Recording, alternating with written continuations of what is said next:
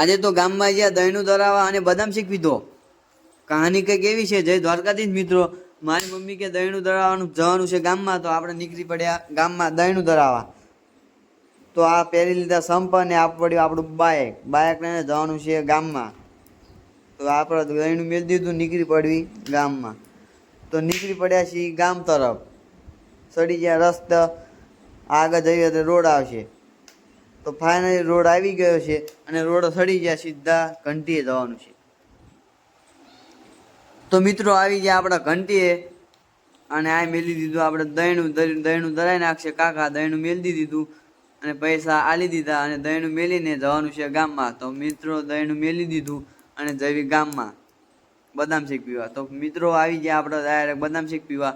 કાકાને કીધું એક બદામ શેક આપી દો. બદામ શેક ભરે છે, આલી દીધો બદામ શેક.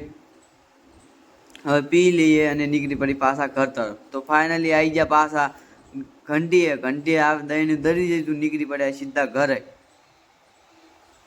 તો મિત્રો અહીંથી બ્લોગ આપણો પૂરો થાય છે. બાય બાય, તાતા. સરપ્રાઈઝ કરતા જઈયો.